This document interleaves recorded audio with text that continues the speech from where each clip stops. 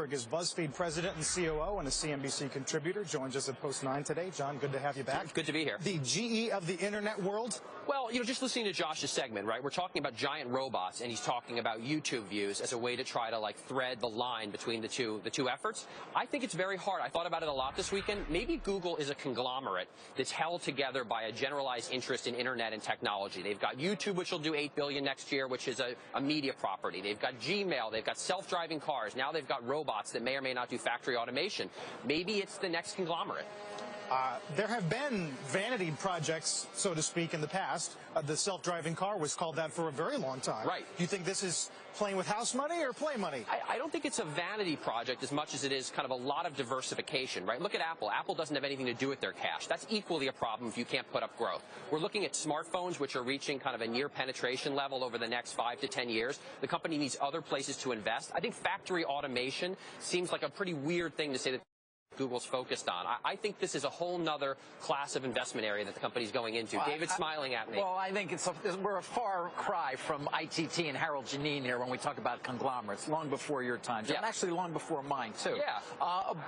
And, many would argue, listen, the company is looking past the day when search is going to be its main product, when it's going to run out of growth or run out of room, and trying to find things it can invest in now that are going to be sustainable businesses in the future. Exactly what you want of companies. Willingness to take risks. Of course, the founders control it. That always helps on that front.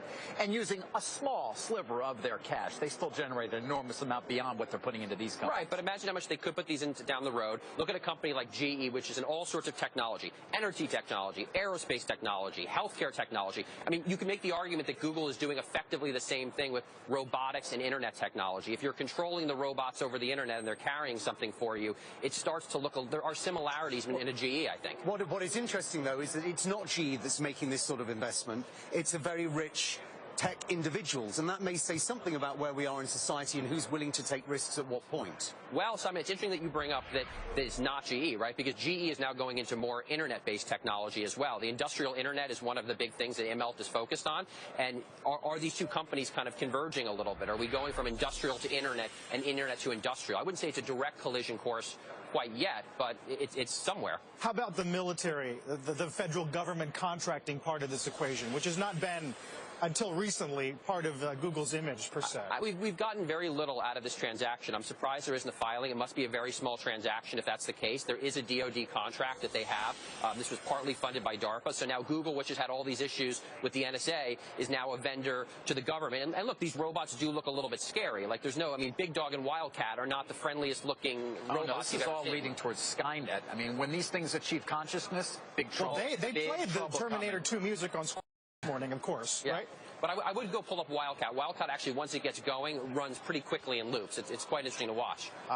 You bring up the point about their other businesses trying to look past their shelf lives. This weekend, big story about Samsung in the Times, yes, which is in itself trying to get out of the Android trap, right, which long-term is perhaps net bearish for Google. Well, there's also a case study here on what Google could actually do, right? I mean, Samsung was never in the smartphone business, went into it. Now it's their single largest revenue line. It kind of defines the company. Could we look at a Google 5 or 10 years down the line where robotics is kind of the defining element of the company? These companies have to radically change or they're basically made obsolete. And the timeline to do that you're looking at now is condensing. You basically have a 5 to 10 year time horizon where you need to get into a new business. Right.